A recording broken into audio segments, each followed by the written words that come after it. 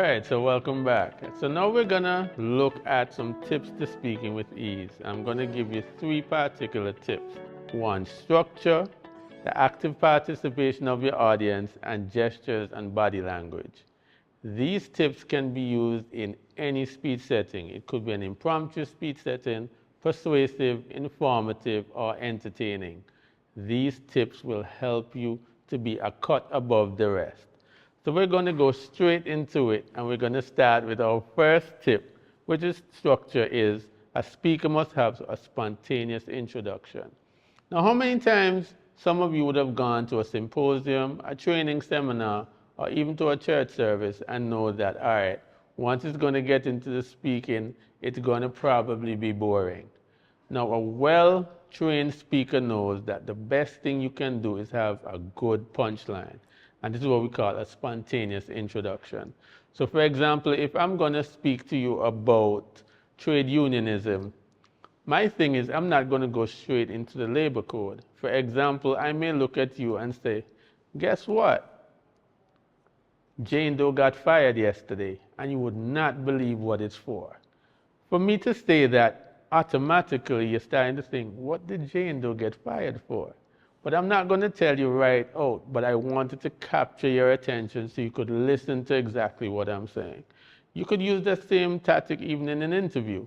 Usually interviewers ask persons how you're doing and so on. You can be engaging from the jump. For example, you could say to yourself, I'm good, sir. I'm looking forward to this interview today. And guess what? I know I'm going to get the job. That level of confidence, that level of engagement straight from the jump tells the interviewer, hey, this person is ready. This person is prepared. This person wants the job. So it's very important that you have a spontaneous introduction. Secondly, a part of structure is you must have adequate knowledge of the subject area. Most than likely, when you're speaking at a certain event or doing something informal, more than likely your audience or the recipient of what you're saying has some idea of the subject area.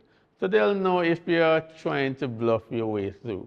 It doesn't make sense that you're trying to speak to a medical board or maybe to a set of investors or financial persons, and then you don't know the certain jargons that need to be mentioned. For example, you can't be speaking about investments and not understand return on investments. Because if you then begin to talk about return on investments in a way that's not correct, they will pick it up. Similarly, you can't be speaking about an acute illness in the medical field and not know exactly what it's about.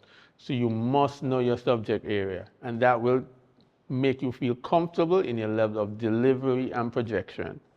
Also, launch one or two or new initiatives within the topic area. This will show that you're able to speak outside the box. You're not confined to just one or two ideas, but it shows that you have some level of thinking and you understand the subject area. Furthermore, describe each initiative in detail, giving equal time and energy to them.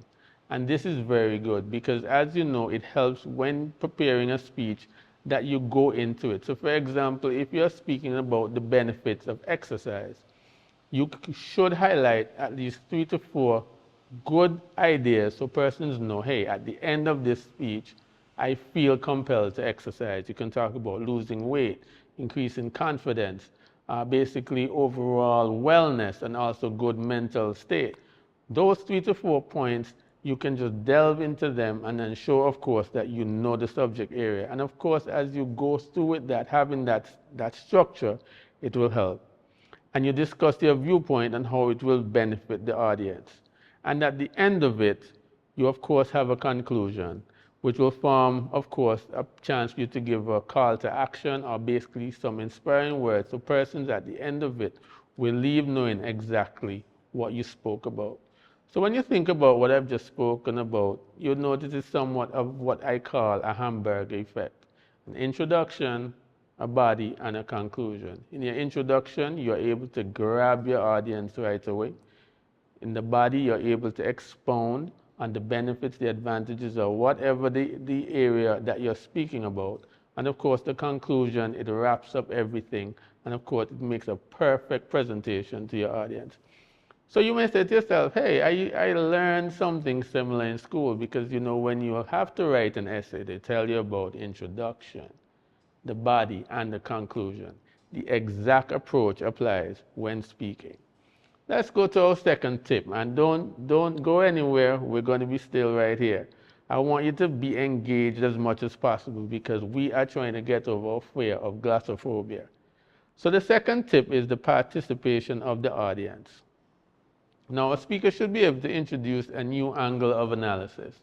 And this is particularly true because we live in an age where now there's an abundance of information, where persons are always looking for some new ideas, some kind of new concept. And that's something that you can do to maintain the interest of your audience as you speak. Because the thing about it is, I can tell somewhat about the fact that the sky is blue, but then if I tell them, apart from the fact that the sky is blue, I can say, hey, do you know that maybe the blue that we see is not really blue? Ensure also that the content contains adequate detail to provide a response from the audience. And of course, where you lack detail, there's going to be a lot of questions that are being asked. So if you're the type of person or the type of speaker that wants to minimize, especially if you want to get off the stage quickly or get out of a certain scenario quickly, be as detailed as possible.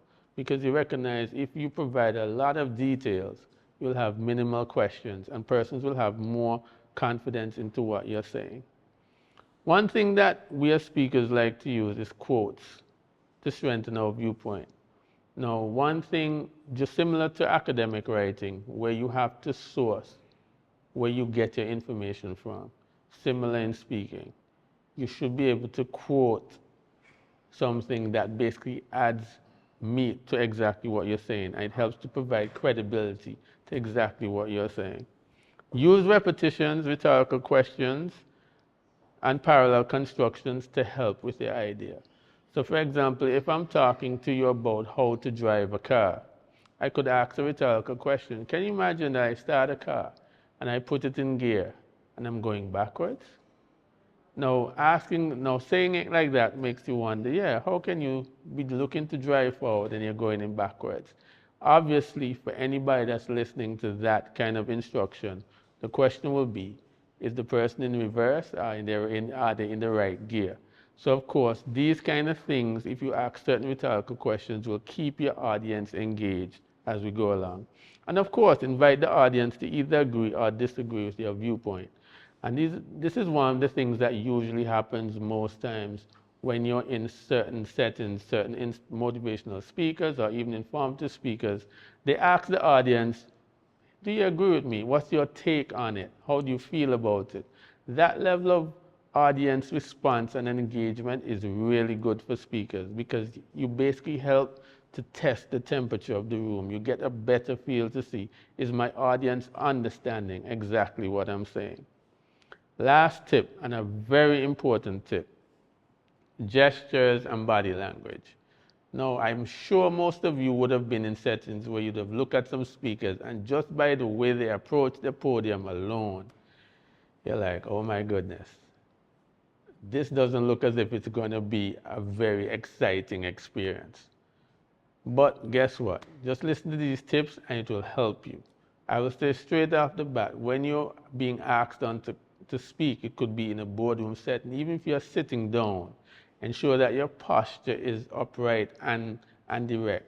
I'm seated having this talk with you today, and as you can see, my posture is upright and erect. If I was slouched over and like this, you'd be like, geez, he's like he can hardly wait to finish.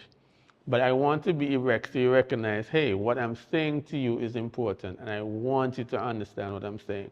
Similarly, if you have to walk to a podium, you have to ensure that your strides are confident, and when you reach to the podium, you show that you're ready. If you have a folder or a manuscript, you lay it out and you begin to do your presentation. It doesn't make sense you're in front there and you're fumbling, because persons will say automatically, that speaker is unprepared. So one of the main tips that I always tell persons, one, eye contact. Eye contact is so important. It establishes a bond with the speaker and the audience. Without eye contact, persons would wonder, is the person confident? Are they sure about what they're saying? Are they lying to me? especially in an interview. An interviewer wants to also ensure that you have proper eye contact. Even if you're on something informal as a date. Can you imagine as a young man you're speaking to a lady and you're trying to impress her and you can't even make eye contact? That's an automatic fail, guys. So it's important for us to have that level of eye contact. Control your mannerisms.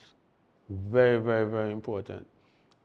Having body control is so, so important because it could be a case where you could be facing a tough audience or a tough interviewer. And if you automatically get shifty or a bit shaky or hesitant, it's automatically picked up and it could be looked at as a weak sign or lack of confidence. Limit the use of filler words. In this particular session, I'm not going to delve too much into it, but just to give a quick example, you know, sometimes you'll hear persons on an interview, and a TV interview is definitely where it happens the most. And a question is asked, and a filler word is used like and oh and So somebody would say, well, I figured that I did well today, but I think maybe I can do better tomorrow. There's a lot of ums and ahs in that, and that is not a good feel. That shows that you're not very confident about what you're saying. If you're able to eliminate the filler words, then you can answer anyone confidently and said, hey, I didn't do my best today. I'm going to go home, do some research, and I'm going to come again tomorrow and ace it. Totally different response. Saying the same thing, but in two different ways. Put verbs into action. Avoid insincere gestures. This particular one is sometimes very hard to do, and it's more prevalent in persons who are now learning to speak properly. So for example, they might say, he was this tall and he was this short. You're saying one thing, but your body language is completely different. Your gestures are different. If the person is this tall and this short, it has to be that consistent. So ensure that your gestures are sincere. And of course, if you have enough confidence, if you're a person that's in front of a stage, you're moving around, you have to be able to move around a little bit, not too much, because at times it can become distracting. Also, if you're at a seated, like I said earlier, if you're at a seated position, ensure that you maintain uprightness and of course that you deliver with confidence. So those are the 3 tips that I spoke about: structure, maintaining connection with your audience, and also maintain a good body language. So at this time, we're going to take a short break again, and we'll be right back with the final segment of our easy tips to be a speaker.